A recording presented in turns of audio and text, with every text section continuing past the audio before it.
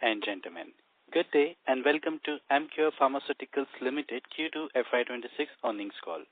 As a reminder, all participant line will be in listen-only mode, and there will be an opportunity for you to ask questions after the presentation concludes. Should you need assistance during the conference call, please signal an operator by pressing star then 0 on your touchtone phone. Please note that this conference is being recorded. I now hand the conference over to Mr. Piyush Nahar. Thank you, and over to you, sir. Thank you, Danish. Good afternoon, everyone. Earlier today, we released our financials for the second quarter of fiscal 2026, along with the press release. These are also posted on our website. We hope you all had the opportunity to review it. I'd like to bring to everyone's notice that this call is being recorded, and the recording and transcripts will be available on our website. To discuss the business performance and outlook, we have on the call our Group CEO, Mr. Satish Mehta, our CFO, Tajuddin Sheikh, Executive Director Samit Mehta, and President Corporate Development Strategy and Finance Vikas Thapar. Before we begin, I want to remind everyone about the safe harbor related to today's investor call. Today's discussion may include certain forward-looking statements which must be viewed in conjunction with the risks that our business faces that could cause our future results, performance, or achievements to differ significantly from what is expressed or implied by such forward-looking statements. At the end of the call, if any of your queries remain unanswered, please feel free to contact us. I will now request Mr. Satish Mehta to provide the opening remarks. Thank you, and over to you, sir. Thank you, Piyush. Good afternoon, all. This is Satish Mehta. It's a pleasure to speak to you post our second quarter FY26 results. During the quarter, we saw sustained momentum in all our businesses, which helped us to deliver overall revenue growth of 13% year-on-year, and our highest quarterly profits of 251 crores, representing a 25% PAT growth, with highest quarterly profits of 251 CR. We remain on track to deliver the high-level guidance we had given at the start of the year. As I have been communicating all along, partnerships with best-in-class MNCs to complement our base business and internal R&D efforts will continue to be an important part of our growth strategy. You would have seen our announcement yesterday that we have partnered with Novo Nordisk to build a second brand of semaglutide. Ovistra is a step in that direction. This indeed is a key initiative for us. We have been talking about how we see significant potential in the GLP market given the fact that India has 25 crore obese overweight population. 25 crore is the obese overweight population in India. The partnership gives us an early entry into the obesity market versus the rest of the competition and positions Emcure to shape it. Now, let me provide you with key business updates for the quarter. Overall, we continue to execute on our strategy of growing in teams and improving base margins. We continue to invest in top-class people, processes, and products. Coming to the domestic business, we continue to see good traction in the business. We are executing well on our strategy. The benefits of this is reflecting in our growth, with the business growing higher than the industry at 11% in the quarter, higher than the industry. We saw growth in all our key segments, namely gynec and cardio. Our new areas of derma, consumer, and diabetes continue to do well, and we are ramping up as per our expectations. We have now completed the purchase of the minority stake in Zuventus. This allows us to fully consolidate the business. We also expect some synergies on the back end going forward. We remain confident that we will continue to grow above industry going forward. Now, I would like to move to the international segment. Our international segment grew strong at 16% plus, with all geographies seeing strong traction. Europe saw a very strong growth of 22% in the quarter, led by a ramp-up of amphotericin B and some benefits of banks that we acquired, about which we spoke to you in the past. We expect amphotericin B to see launches across Europe by year-end. Our Canada business continues to see strong growth and grew 17%, led by market share gains and new launches. Our rest of the world business growth was led largely by non-ARV segment, which grew in teens. We have a strong product pipeline and are very positive on the growth going forward. Let me conclude by saying, overall, we are progressing well in our 5-year plan to make Emcure from good to great. With these remarks, I would now pass on the call to Mr. Taj, my CFO, to share the financial details of the last quarter with you before we open the floor for question and answer. Thank you very much. Good afternoon, everyone. Thank you for joining us today. I will take you through some of the key financial highlights for the second quarter. Revenue from operations for the quarter grew 13.4% YOY to 2,270 crores, up from 2,002 crores in quarter 2 of FY25. The domestic business grew by 10.6% year over year to 1,031 crores, driven by strong performance across all key therapies. International markets maintained strong growth momentum, growing 15.8% year over year to 1,238 crores. Europe saw strong growth of 22.7% year over year, reaching 444 crores. Canada reported a healthy 17.5% growth to 348 crores. Emerging markets grew 8.6% year over year to 446 crores, with strong contributions from non-ARV portfolio. Gross margins for the quarter stood at 60.8% versus 60.6% in Q2 of FY25. The change was driven largely by product and business mix. EBITDA, excluding other income, grew 15.2% year over year to 439 crores. EBITDA margins stood at 19.3% versus 19% in Q2 FY25 and 19.2% in 1Q26, supported by operating leverage and productivity gains. Depreciation and amortization for the quarter was at 105 crores. Interest cost was 33 crores. The effective tax rate stood at 26%. Profit after tax came in at 250 crores to 251 crores, showing strong growth of 24% YOY. Net debt for the quarter was at 837 crores. The debt has increased primarily to partial payout of the additional stake purchase. With that, I will open the floor for questions. Thank you very much, sir. Ladies and gentlemen, we'll now begin with the question and answer session. Anyone who wishes to ask a question may press star and 1 on their touchtone telephone. If you wish to remove yourself from the question queue, you may press star and 2. Participants are requested to use handsets while asking a question. Ladies and gentlemen, we'll wait for a moment while the question queue assembles. Our first question comes from the line of Forum Parekh from Bank of Baroda Capital Market. Please go ahead.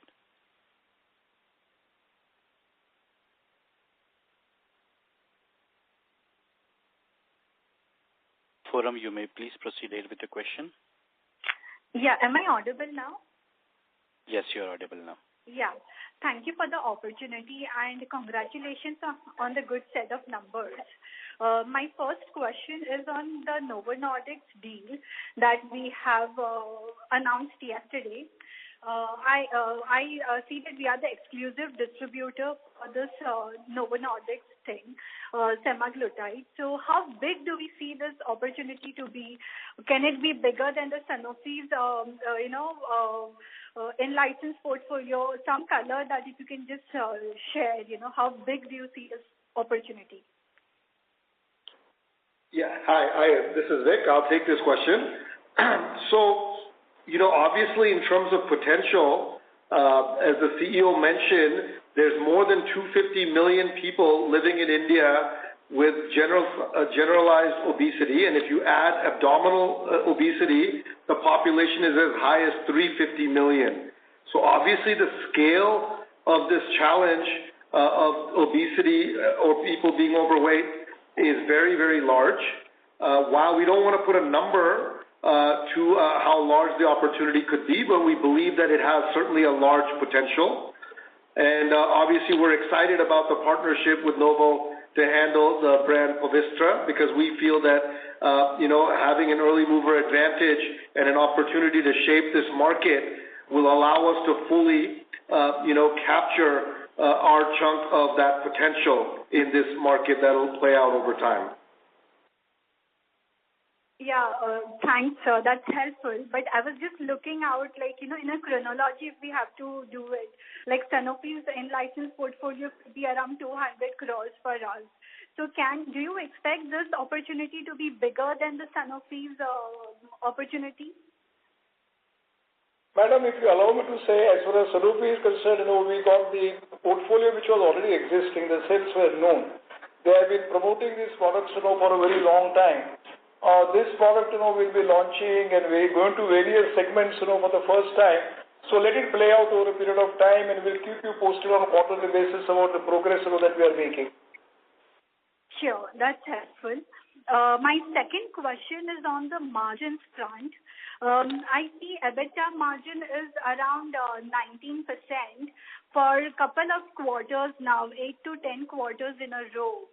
So would it be fair to assume that our EBITDA margin would be stable around 19%, or do we expect it to increase going forward? No, so Forum, I think what we have even guided the start of the year, we expect the margins to go up. So that this quarter's 19.3 odd that you're seeing, that includes the new Sanofi in licensing that we did.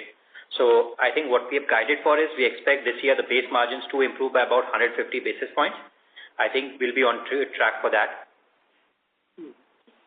Sure. Okay. And my last question is on the debt side. I think a couple of quarters back, we had alluded to becoming debt-free in FY26. But this quarter, in this H1 balance sheet, I see debt increasing. So are we on track to become debt-free by this FY26? No, so when we had guided for FY26, that was without any acquisitions or this thing. As you'd have noticed in this quarter and basically in the last few months, we have acquired the remaining stake in Zuventus. So the debt increase that you're seeing is because of that. So I think post that acquisition, we expect now to be debt-free by end of next year. So it will take about 18 to 24 months. Okay, that's helpful. Thank you. Thank you. Thank you. Our next question comes from the line of Tushar Manudhane from Motilal Oswal Financial Services. Please go ahead. Yeah, thanks for the opportunity. So firstly on Povistra, where patent expiry is sort of in March 26 anticipated. So from that perspective, how does this deal help?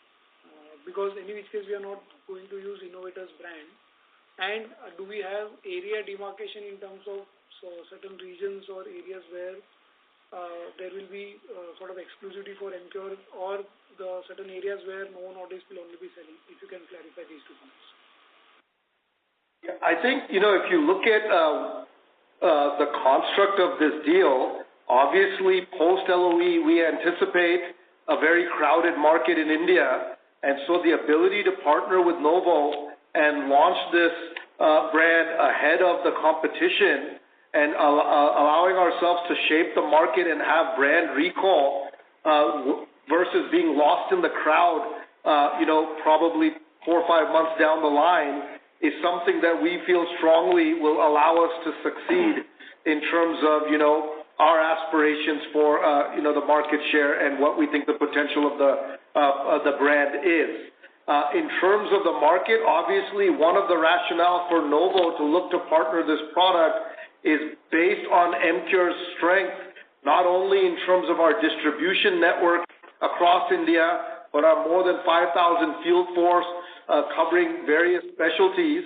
And we think that this is a brand that obviously has comorbidity issues and can be prescribed by a number of different specialists. And so Novo is very excited about partnering with a company like Emcure, where we can take this brand to the nook and corner of India, as well as some of the specialties, particularly where Emcure is already very strong.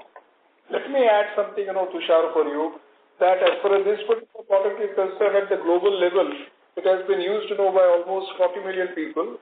The other thing, as far as Novo is concerned, they have enormous amount of clinical data. They have a lot of, phase 4 data and also the real data. So to that extent, what really happens, in terms of science, I think it will be of tremendous help in shaping the market.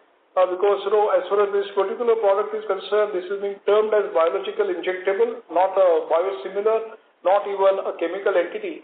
To that extent, having this knowledge and shaping the market will go a long way because we'll be going with enormous amount of scientific data, when we go to the doctors. Got it, sir. Right. Got it. And so secondly, just in terms of, is there any area demarcation or like certain areas only to be addressed by Emcure, or we will be sort of able to sell even where no one else is selling his product? Yeah, we'll be able to sell wherever Novo is also selling. Got it. And so secondly, just on the balance sheet side, there's a a reasonable increase in the inventory over past 6 months. Is this to do with certain product launches for exports or for India market? If you could just further clarify on that aspect. Inventory has gone up. Yeah. So what happened is that, for the European market, we are anticipating some new launches and Canadian markets, and that's where the inventory has gone up. So our inventory is based on the forecast for the H2. The H2 forecast is a bit higher. So on that basis, inventory has been accumulated for that. Over the next 6 months, you will see inventory normalizing. Got it. Thank you. That's it from me. Thank you, sir. Our next question comes from the line of Sudarshan Padmanabhan from ASK Capital. Please go ahead. Yeah, thank you for taking my question. Sir, congrats on good set of numbers. My question is, when we look at the last, 3 to 4 quarters, we have done very well in terms of penetrating into the chronic space, cardio diabetes, whether it is through acquisition or in licensing. If I look at probably, the way things are moving forward with the tie-up, with Novo Nordisk, this seems to be, gathering well. So some color with respect to how do we see the, chronic portion of the business, improving from here and also on the newer therapies. The second part of the question is partly you answered about the MR activity earlier, but we are one of the very few companies who has, built a fair amount of manufacturing capabilities as well. So as these manufacturing capabilities comes into the fore in terms of complex launches globally, I'm looking about more of, a longer term. How do we see the business moving towards, say, 25% and, where do we see the return ratio?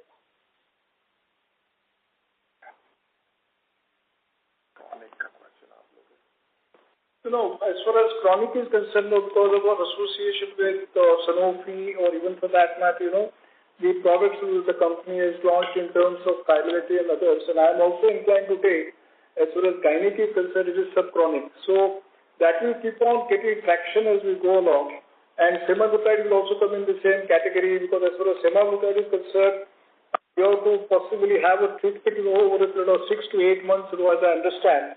So chronic business going forward, will keep on getting traction.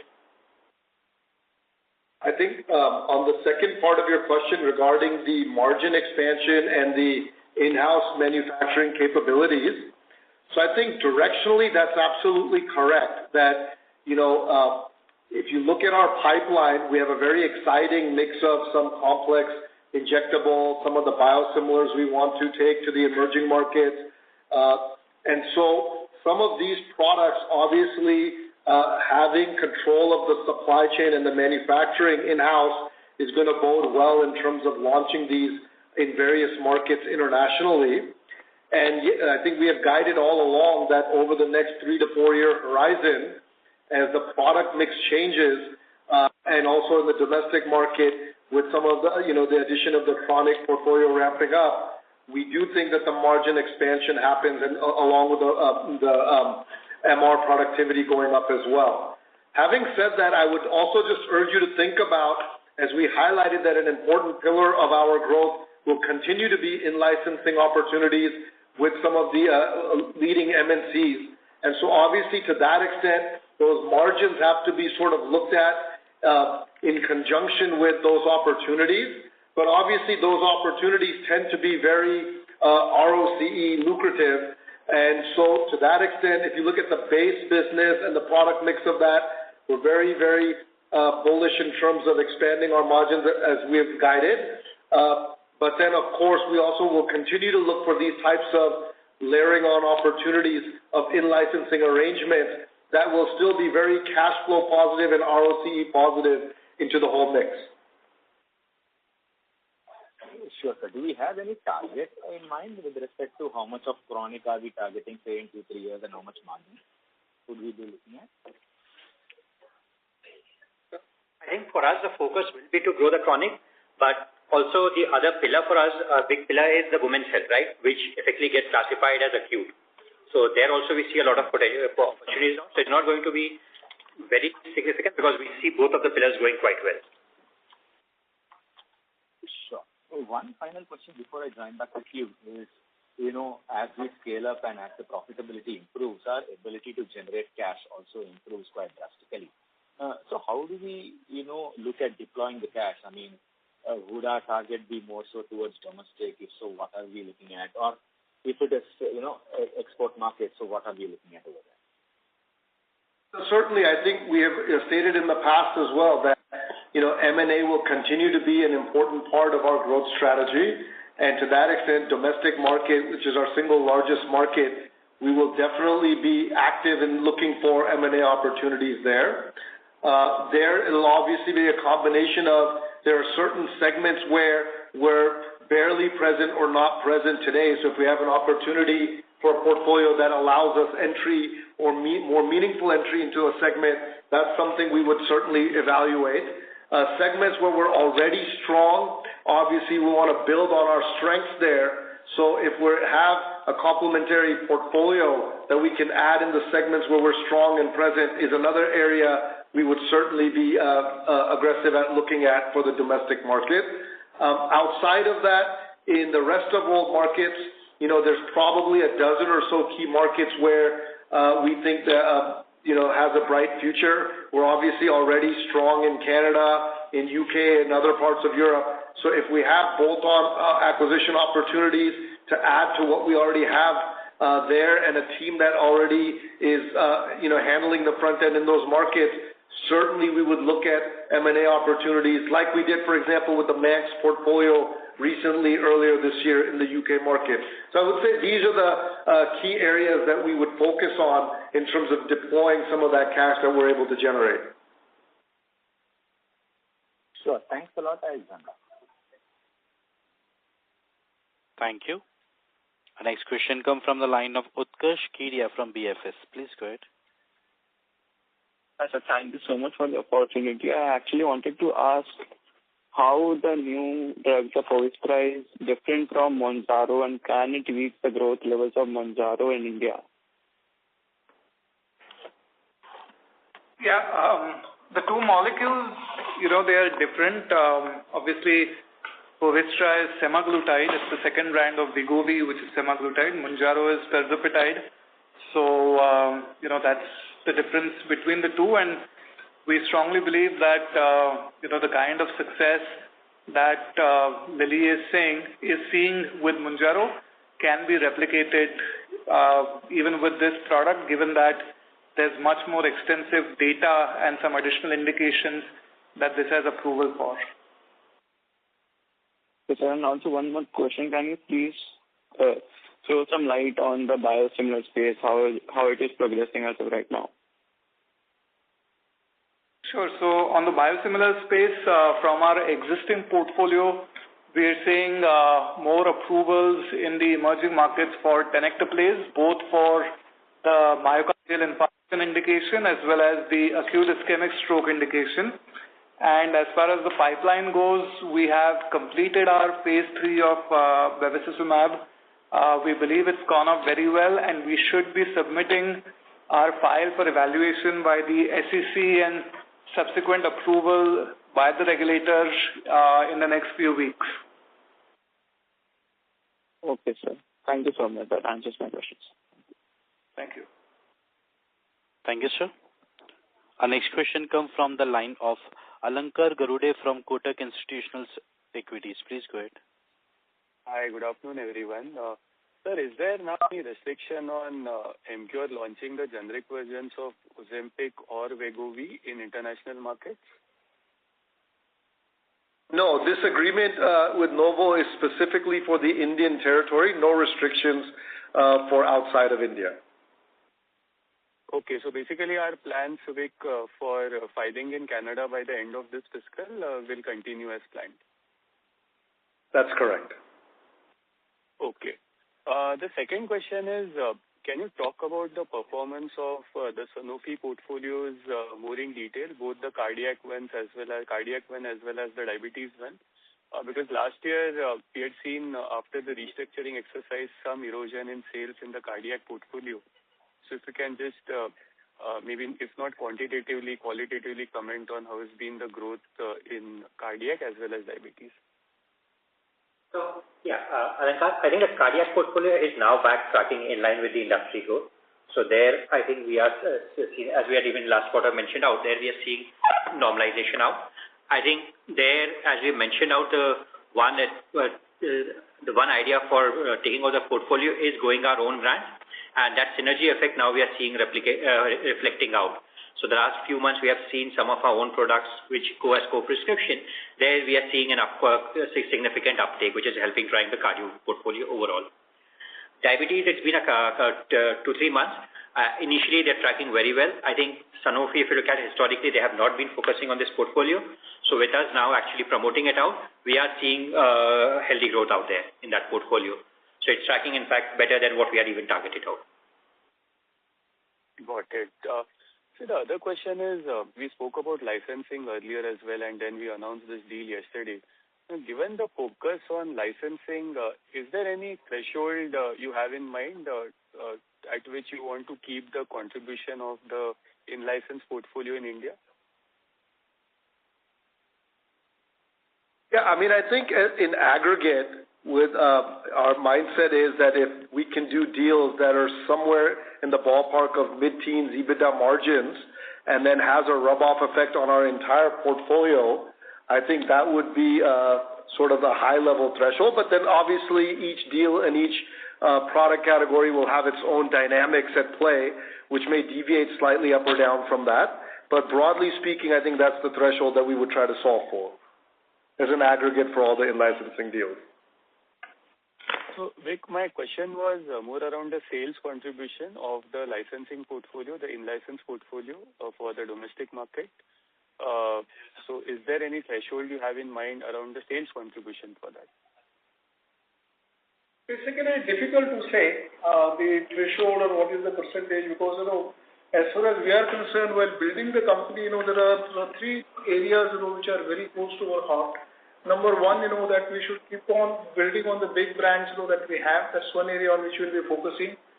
Second area, as far as our R&D is concerned, is probably best in class. So we are very strong, one of the rare companies, which is strong in biologics and chemistry and very good front end in terms of formulation. And the third area is in-licensing. To that extent, as we go for in-licensing, number 1 and number 2, as building our own brands. And apart from that, as the second one, coming, from our R&D, that also is going to play an important role. So to that extent, the bias will always be in terms of, ensuring that we don't become disproportionately, what I would say, dependent on the in-licensing deals. Our endeavor will obviously to get products from our R&D and make our brands bigger. I think it's also a function of, we have a number of divisions across different specialties with, our field force calling on specialists across. So wherever we think that there's in-licensing opportunity along with either an existing team or a team that comes with that opportunity where we think we could do justice to it and it's, going to be accretive to our overall profitability, we wouldn't certainly rule it out. So there's no threshold as such, but I think what the CEO said is, I think the first preference is obviously going to be to keep building our own portfolio, and where we can complement it with in-licensing and meets those aspects, we will certainly continue to look for more and more of those opportunities. And just to add to what Rick is saying, say for example the diabetology portfolio that we got from Sanofi, and I also mentioned in my last meeting, that diabetology is concerned, we need to do a lot of work. So with this particular portfolio, joining, post their retirement or whatever, in Sanofi, it is obviously helping our products as well. And that is also going to play an important role as we go along. Got it. That's helpful. The other question was on the international markets. Firstly, on ARV pricing, how has been the pricing over the last few tenders? Say, for instance, we had the South African tender recently. And broadly, can you comment on the outlook for the ARV business, especially out of India? So, Alankar, the pricing has been largely stable. I think even in the new South Africa tenders and all, we haven't seen much impact on the pricing. So that has been stable.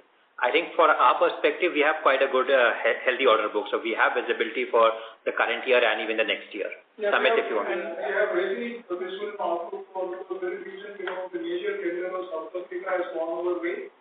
So not only current year, but at the same time, we are also covered for the next year. So that's going on well. And then, of course, Lenacapavir, we are getting closer. We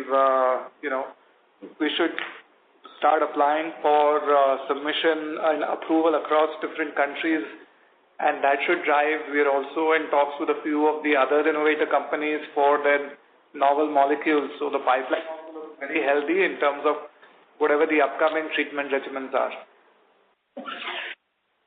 Got it. And one final clarification. When Piyush, you talk about margin expansion of 150 basis points, base margins, you said, you are excluding the Sanofi diabetes as well as the Novo deal, right? Yeah, so that, yeah. Understood. Yeah, that's it from my side. Thank you. Thank you. Our next question comes from the line of Rajakumar Vaidyanathan from RK Investment. Please go ahead. Yeah, thanks for the opportunity. So my question is on the Sanofi portfolio. The first question is, do you expect, given that these brands have a less or low penetration in tier 2 and tier 3 cities, do you expect the growth from this portfolio to be better than the other domestic pharma segment? I think the Sanofi portfolio, if you look at, these are all quite old molecules, right? So they have a brand recall even in the smaller markets. But I think where the business hasn't done well is they have not been promoted for the last many years. So we do expect it to see revival. I think what we are targeting is to grow more in line with the industry. Okay. And the second question is, currently you have a distribution and whatever the marketing agreement. So if I don't know whether these products are produced by Sanofi's own factory or if they are using the CMOs to do. So if so, is there an opportunity to kind of get that piece also over a longer period of time? So as of now, these are mostly produced by Sanofi. Okay. No, so you're looking at leveraging this partnership further, or it will kind of stay here for the medium term? Very difficult to say as of now. Yeah, I think in terms of looking at, Emcure playing a role in the manufacturing, it's something that obviously, if it would make sense to both sides, it's something that is a conversation that we could have from time to time, but that's not a priority in terms of, the sales and distribution aspect of the partnership.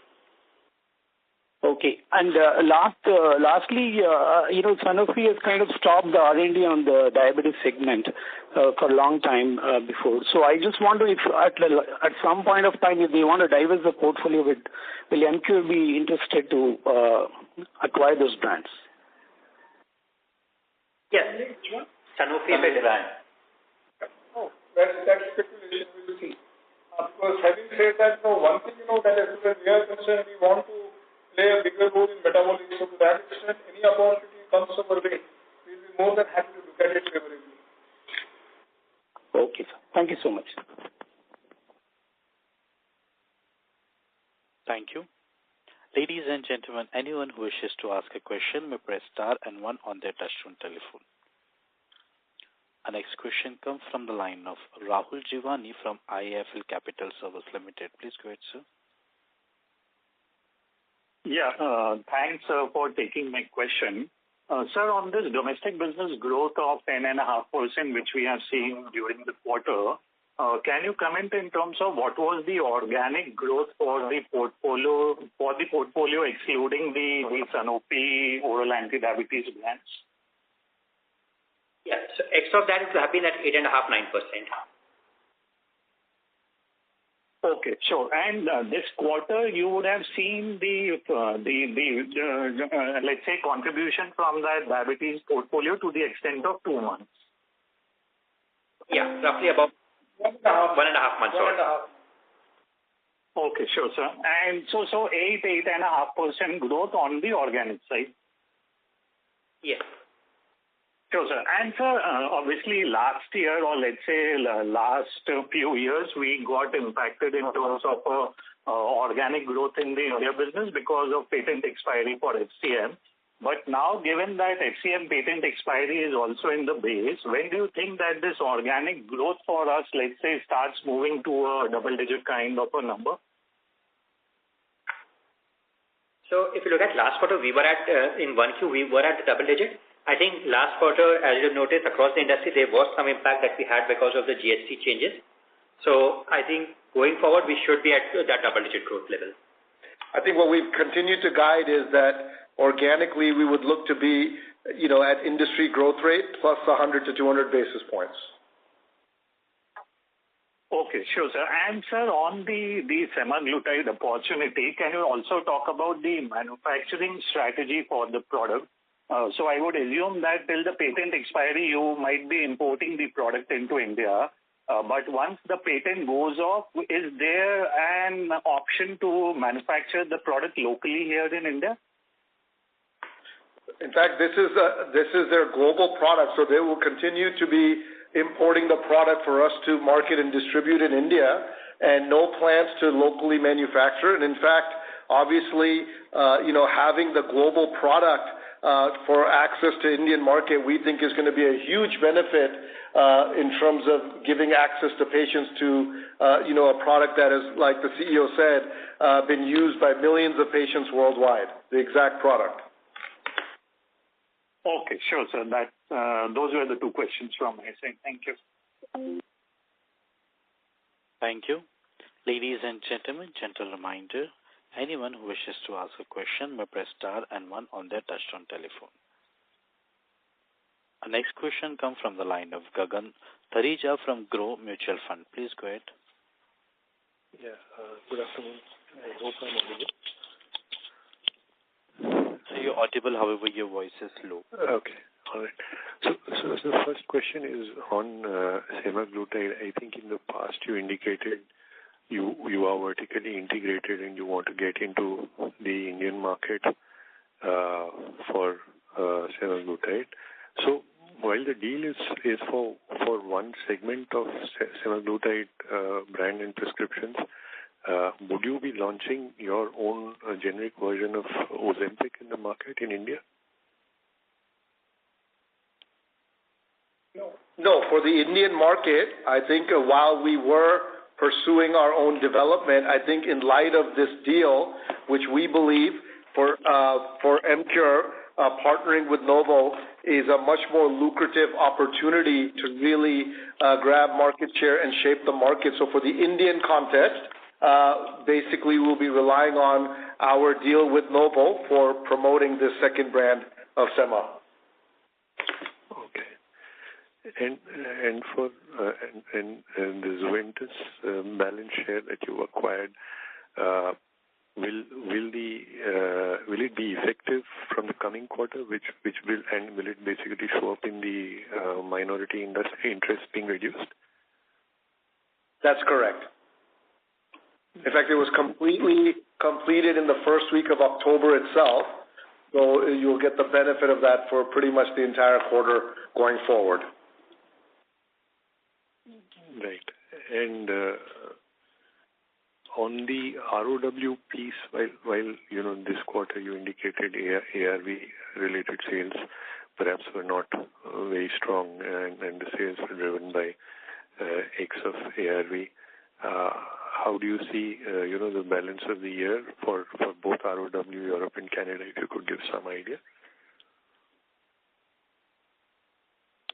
So, Europe, as you mentioned, is seeing good traction out there. So, amphotericin, we should get in all the markets in second half of the year. So, we expect to continue doing well there. Similarly, Canada, I think, continues to grow at mid-teens for us. and we don't see any trend there. I think on the rest of the world, especially the ARV, there is lumpiness in quarters that you see. But what we have, I think Ali also mentioned that we have a healthy order book, so we have quite good visibility for the current year and even a large part of next year out there. Yeah. And non-ARV continues to grow much better than the ARV. On the back of what I would say, approvals we are getting from the various regulatory agencies. Right. And the final one on the operating margins, while there's an improvement year on year adjusted for FX, as you've yourself shown in your numbers, it's around 20 basis point. So while the full year guidance is around 150 basis point, I think on one edge we would have improved, but not to that extent. So is it then reasonable to infer that second half operating margins year on year improvement would be substantial? Second half last year I think was relatively weaker than first half. Yes, that is correct. I think given some of the launches and what we are seeing in the domestic side, we do expect the second half to be much better versus last year. Okay. Thank you. Thank you. Our next question comes from the line of Alankar Garude from Kotak Institutional Equities. Please go ahead, sir. Hi, thank you for the follow-up. Sir, on amphotericin B, which all markets have we launched in Europe currently, and which are the other markets you are looking to add by the end of this fiscal? We've launched it in Italy at present. The launch will be probably later during this quarter. Italy is where we've launched the product right now. So UK we had launched last year. I think in the other European, Italy we have recently launched. And we should have launches in some of the other Western European countries like France, Germany in the remaining part of this financial year. Okay, so UK and Italy is done, and then the others will be in the second half. The UK was launched last year, and the others will be in the second half of the year. Yeah. Okay. The second one is, can you just take us through the progress of tenecteplase for the stroke indication across markets? How's the acceptance being, and maybe if you can talk about India as well. How have been the registrations ongoing? Is there any resistance to the acceptance of this product, or any highlights there? And when should we see a meaningful upside from the stroke indication for Emcure across markets? Yeah, so in India, I think the acceptance is pretty strong. In terms of the other markets, the focus is more on the myocardial infarction indication. There are a few markets in which we have got some doctor-initiated demand without registration for the stroke indication, and from whatever we have heard from those case studies, the results are positive, which is now becoming a little bit of a precursor for formally initiating the registration process in those countries as well. But currently, most of the approvals that we are getting in the emerging markets is for the original myocardial infarction. Understood.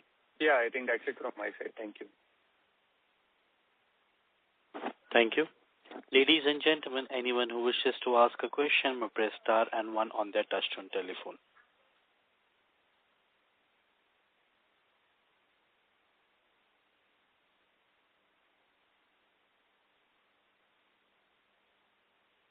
Ladies and gentlemen, anyone who wishes to ask a question may press star and one on their touchtone telephone. Our next question comes from the line of Bhavish, an individual investor. Please go ahead. Good afternoon, team. All my questions have been answered. Just wanted to thank Satish ji and his Derma team for an upgraded line of the Derma product, especially the Urea Derm, which I tried recently, and it's an amazing product. And the packaging itself is quite premium, perfectly targeting the Gen Z. So quite thankful for it. That's it from my side, and all the best. That's great to hear, and appreciate the compliments. In fact, it's a Canadian product, And so we're very excited about the launch and the repackaging, and I'm glad to hear that you're having a good experience with it. Thank you. Gentle reminder, ladies and gentlemen, anyone who wishes to ask a question may press star and 1 on their touchtone telephone. We'll wait for a moment while the question queue assembles.